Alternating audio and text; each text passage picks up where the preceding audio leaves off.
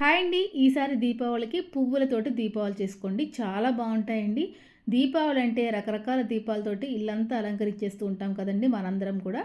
అయితే ఈసారి దీపావళి పండగకి ఈ విధంగా పువ్వులతోటి దీపాలు చేసుకోండి. చాలా సేపు వెలుగుతాయి. చాలా బావుంటాయి. చూడటానికి కూడా చాలా అందంగా ఉంటాయన్నమాట. అయితే ఇలాగ పువ్వులు తీసుకొని ఒక సూది తీసుకొని సూదిలోకి ఒత్తుని ఎక్కించుకున్న తర్వాత పూలలోకి ఇలాగ గుచ్చుకోవాలండి. ఒత్తు అనేది మనకి పైకి వచ్చేలాగా గుచ్చుకోవాలన్నమాట. చూసారు కదా వీడియోలో చూపించినట్టు. మీకు ఎన్ని పూలు కావాలంటే అన్ని పూలని ఈ విధంగా రెడీ చేసుకోవాలండి. చామంతి పూలు, అలాగే గులాబీ పూలైతే చాలా బావుంటాయి. కొంచెం ముద్దగా ఉంటాయి కాబట్టి ఒత్తు అనేది మనకి చక్కగా నిలబడుతుందనమాట.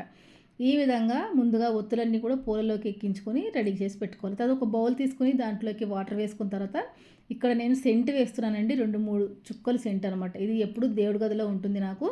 తర్వాత దీనిపైన కొంచెం ఆయిల్ వేసుకున్న తర్వాత కొంచెం పసుపు, అలాగే కొంచెం కుంకుమ వేసుకొని తర్వాత పూలలోకి మనం ఒత్తెక్కిచ్చాము కదండీ! ఆ ఒత్తికి కొద్దిగా ఆయిల్ అనేది అప్లై చేసుకోవాలనమాట. తర్వాత ఈ విధంగా చక్కగా అన్ని బౌల్‌లోకి వేసేసి ఒక అగరబత్తి పుల్లతోటి వెలిగించేసుకోవటమే. ఇవి చాలా సేపు వెలుగుతాయండి. పైనుంచి కొంచెం పూలతో డెకరేట్ చేసుకుంటే ఇంకాస్త అందంగా కనపడతాయన్నమాట. వీడియో నచ్చితే ఒక లైక్ చేసి ఛానల్‌ని తప్పకుండా ఫాలో చేసేయండి. Thank you.